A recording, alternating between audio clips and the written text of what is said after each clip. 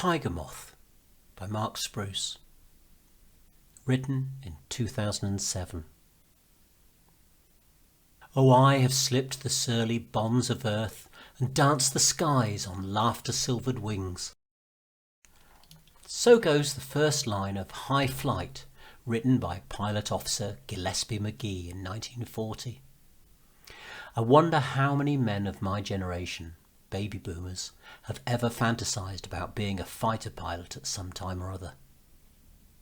Whether it was Stanford Tuck, Johnny Johnson, or even the comical Flashheart and the glorious 20-minuters from Blackadder Goes Forth. This summer I got as close as I am ever likely to get to realising that common fantasy. My wife bought me a flight in a 1940 Tiger Moth, a single-engined biplane that flew from High Wycombe Air Park in Buckinghamshire. Driving down the M40 with my family, I couldn't really imagine what I was going to experience. I remembered a story my father often told me when I was young about how he had once been taken up in a Gloucester Gladiator biplane and done a loop-the-loop over Jib, and how frightening it was. We found the air park, and subsequently we were directed to the far corner, past the conning tower, the various new buildings, the rows of single-engined modern planes and small helicopters that were constantly coming and going. On the far side of the hangars was a scruffy wooden hut with the sign Tiger Fly painted above the doorway. The grass grew long outside the hut, and just to the side sat a bright yellow twin-seater biplane. My adventure. My pilot, Martin, arrived shortly after on a large motorbike. Very in keeping, I thought. After introductions and pre-flight checks, it was time to get into the front seat of the plane. I was handed a fleece-lined leather flying jacket and a canvas helmet and goggles. This whole experience was becoming more real by the minute. I think the words nervous anticipation would best describe my feelings as I climbed up onto the wing and lowered myself into the small front seat.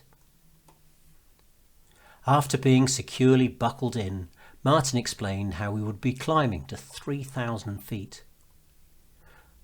Once there, he would ask me through the intercom if I still wanted to do some aerobatics, and I was to indicate by either a thumb up or a thumb down signal.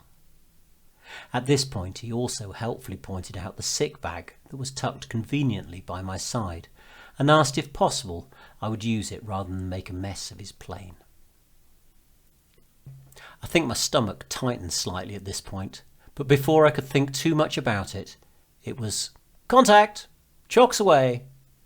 and we were taxiing to the far side of the grass runway. As the engine revved and we waited our take-off slot, I looked along the wings and noticed all the screws, very small screws, which held the wing struts together. Oh well, here we go. The engine speed increased, and in no time at all we lifted off from the runway and were quickly ascending into the blue, sunny sky. The ground quickly dropped away as I looked down on High Wycombe. Then the cars trailing along the M40, and in the distance the languid bends of the River Thames at Marlow. At one point we hit a small air pocket and the plane dropped.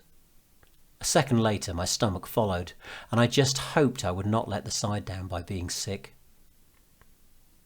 After that, for the next 10 minutes, it was time to just take in the spectacular views and enjoy the experience. Yes, in truth, it was quite scary being up there in that tiny open cockpit, but the feel of the wind on my face, the roar of the engine, and the sheer adrenaline surge of being Red Leader 1 more than overcame the feeling. I was relaxing into the flight and my fantasies when Martin's voice suddenly came through in my ear. "Are you ready for a loop-the-loop?" Well, it was now or never, and there was no way I could back out having come this far. I nervously stuck my thumb up for him to see, and suddenly I heard the engine revs increase. Never fly straight and level in the combat area for more than 30 seconds. I heard Richard Shaw's voice in my head, quoting that great line from the Battle of Britain.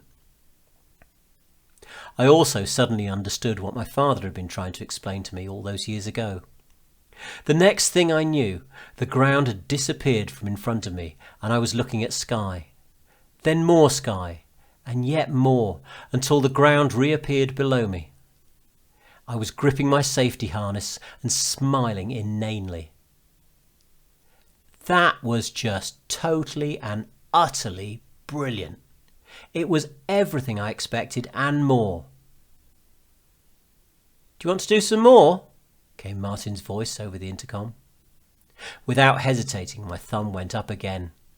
We climbed higher into some thin clouds. I could feel their cold moisture on my face as I looked down on the Chiltern Hills, 3,000 feet below. And then we went over again. 2 more loop-the-loops and a barrel roll finished off the aerobatics, and it was time to head back to the aerodrome. What an incredible experience. Without doubt, it is something that will stay with me for the rest of my life. For 20 minutes, a glorious 20 minutes, I got to be a World War II fighter pilot and dance the skies on laughter-silvered wings. I am also proud to say the sick bag stayed safely in its wrapper.